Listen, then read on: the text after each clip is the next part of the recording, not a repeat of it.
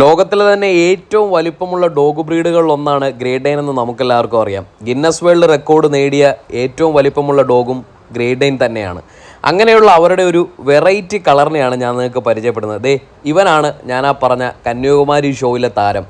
നല്ല jet black കളറുള്ള ഒരു ഗ്രേറ്റ് ഡെയിൻ. ഞാൻ ആദ്യമായിട്ടാണ് ഇങ്ങനൊരു ഗ്രേറ്റ് ഡെയിനെ ഫുൾ ബ്ലാക്ക് കളറിൽ കാണുന്നത്. നിങ്ങളും ചിലപ്പോൾ ആദ്യമായിട്ടായിരിക്കും. ഇത്രയും വലിപ്പവും പേടിപ്പെടുത്തുന്ന രൂപമൊക്കെ ആണെങ്കിലും ജെന്റിൽ ജയന്റ് എന്നും അപ്പോളോ ഓഫ് ഡോഗ്സ് എന്നും ഒക്കെയുള്ള ഒരു വിളിപ്പേര് ഇവർക്ക് മാത്രം സ്വന്തമാണ്.